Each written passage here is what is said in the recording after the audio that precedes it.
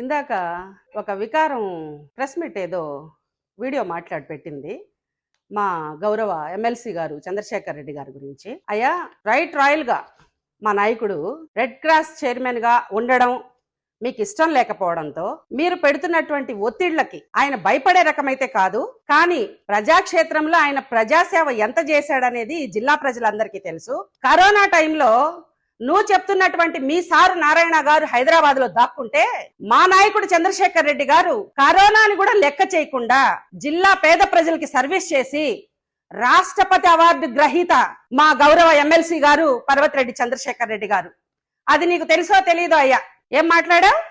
సుదీర్ఘంగా 30 నిమిషాలు మాట్లాడావు, ప్రెస్ మీట్లు అని మాట్లాడావు. ఐవర్లు కదయ్యా, అట్టే మాట్లాడతారులే. తెలియదనిక మీ ఐవర్ని అడుగు, చెప్తాడు. పాఠాలు చెప్పిన గురువులు కదా, అన్ని నిమిషాలే మాట్లాడతారు, నిజాలు మాట్లాడతారు, నిజాయితీగా ఉంటారు. నీలాగా సొల్లు మాటలు, సోది మాటలు, వికారపు మాటలు మాట్లాడే వాళ్ళు కాదు మా నాయకులు. ఏమన్నావు నువ్వు? ఎంఓయు అడిగారు అని అన్నావు. అడిగారు, ప్రెస్ లో చెప్పారు, నిజాలు చెప్పారు. నీకు దమ్ముంటే అసలు నీదేంది?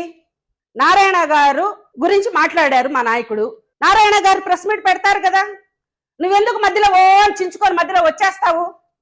నువ్వెంత చించుకున్నా అయ్యా వెంకటరమణ, నువ్వెంత చించుకున్నా నీకేమైనా పెద్ద పదవి ఇచ్చాడు చంద్రబాబు నాయుడు?